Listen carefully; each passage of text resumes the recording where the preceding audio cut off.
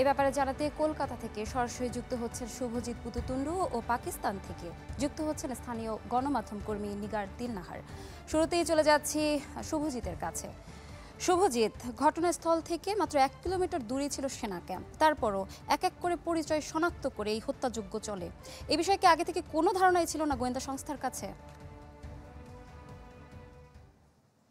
দেখুন, একটা কথা পরিষ্কার যে ভারতের সবচেয়ে বেশি সেনা যেখানে অবস্থান করে সেই রাজ্যটার নামই জম্মু কাশ্মীর, কেন্দ্রশাসিত অঞ্চল।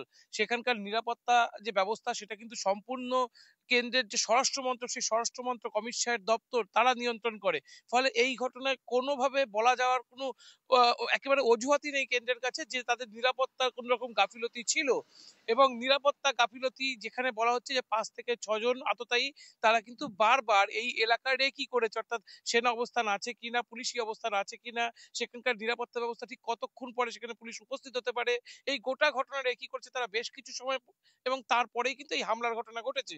এবং স্বরাষ্ট্র মন্ত্রক একবারে বলা যেতে পারে এই ঘটনার পরে তারা যেভাবে এই ঘটনাকে ধামাচাপা দিতে এক প্রকার উঠে পড়ে লেগেছে, বিরোধীদের অভিযোগ যে তারা তাদের নিরাপত্তা ব্যর্থতা আজকে তারা কিন্তু প্রকাশ্যে নিয়ে এসেছে। তাদের যে নিরাপত্তা ব্যবস্থা, কাশ্মীর নিয়ে নরেন্দ্র মোদী বারবার যেটা বলেছে কাশ্মীরে শান্তি ফিরে এসেছে, রাত ১২টার পরে মানুষ বেরোতে পারে।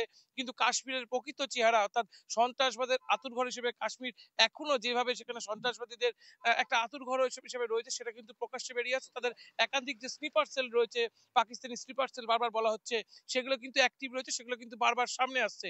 বাংলাদেশ সরকার আজকে কিন্তু তারা শোক প্রকাশ করেছে গোটা ঘটনাকে সামনে রেখে। এবং সব মিলিয়ে বিভিন্ন দেশ বিদেশের সমর্থন ভারত সরকার পাচ্ছে এবং দেশব্যাপী একটা আলোচনা উঠছে যে ভারত সরকার একটা প্রত্যাঘাতানুক যেভাবে হোক এই যে ক্যাম্পগুলো বা পাকিস্তানের উপরে সরাসরি আবার কোন রকম স্ট্রাইক করুক, একটা বারবার দেশব্যাপী একটা আওয়াজ উঠছে। এবং এটা কিন্তু অনেকভাবে বিরোধীদের একটা অংশ বলছে যে ওয়াকআপ বিল নিয়ে যে ঘটনা সামনে আসছে সেটাকে ধামাচাপা দেওয়ার কৌশলও কেন্দ্রের এটা হতে পারে। শুভজিৎ, ধন্যবাদ আপনাকে। দর্শক, সরাসরি যুক্ত ছিলাম আমরা দার্জিলিং থেকে। এবার চলে যাচ্ছে স্থানীয় গণমাধ্যম কর্মী নিগার দিলনাহারের কাছে। নিগার, দ্য রেজিস্ট্যান্স ফ্রন্টের সাথে সম্পৃক্ততা আছে দাবি করে কাশ্মীরে হামলায় পাকিস্তানকে দুষছে ভারতের বিভিন্ন মহল। এ ব্যাপারে পাকিস্তানের এই অভিযোগকে পাকিস্তান কিভাবে দেখছে এবং এই হামলা নিয়ে ইসলামাবাদের থিওরি কি? আসসালামু আলাইকুম। ওকে, ভারত অধিকৃত জম্মু ও কাশ্মীরে পর্যটকদের উপর মঙ্গলবারে যে হামলা করা হয় সেখানে ৭৮ জন নিহত হয় এবং সেই ঘটনার পর থেকেই কিন্তু ভারতের বিভিন্ন মিডিয়া পাকিস্তানের সাথে সম্পৃক্ততা আছে বলে তারা কিন্তু সেটা বিভিন্ন সোশ্যাল মিডিয়া বলেন, নিউজে বলেন এবং তাদের গোয়েন্দা সংস্থার পেজ থেকে কিন্তু তারা এটা প্রকাশ করেছে। কিন্তু পাকিস্তান থেকে তারা প্রতিক্রিয়া জানিয়েছে তারা কোনোভাবেই এই ঘটনার সাথে যুক্ত নয় এবং এখানকার প্রতিরক্ষা মন্ত্রী খাজা আসিফ বলেছেন যে এটার সাথে ভারতীয় অভ্যন্তরীণ সন্ত্রাসীদের হাত থাকতে পারে, তারা এই ধরনের জঘন্য কাজের সাথে কখনোই যুক্ত না। এবং তারা আরো বিভিন্ন গণমাধ্যম থেকে আরো বলা হয় যে এটা একটা সাজানো নাটক, মানে এটা হচ্ছে গিয়ে একটা ফলস ফ্ল্যাগ অপারেশন হতে পারে যেটা সব সময় ভারত করে আসছে।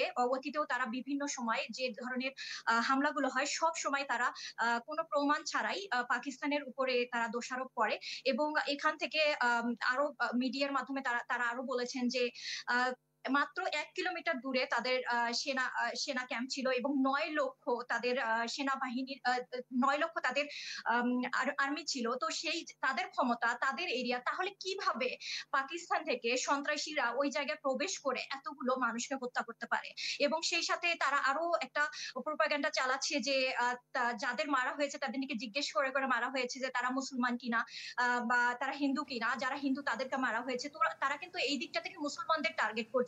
তো এইটাও কিন্তু পাকিস্তানি মিডিয়াতে তারা বিভিন্নভাবে বিভিন্ন জায়গায় প্রকাশ করছেন এবং এখানকার একজন নেতা আছে, পিএমএনএল এর একজন নেতা, তিনি বলেছেন যে এটা এই হামলাটি হতে পারে যেমন ভারতের মধ্যে কিন্তু নাগাল্যান্ড, তারপরে মণিপুর এবং বিভিন্ন এরিয়ায় কিন্তু মোদী সরকারের বিরুদ্ধে কিন্তু একটা আন্দোলন চলছে। তো সেই আন্দোলনের ফলস্বরূপ কিন্তু এই ধরনের একটা হামলা হতে পারে বলে তারা মনে করছেন।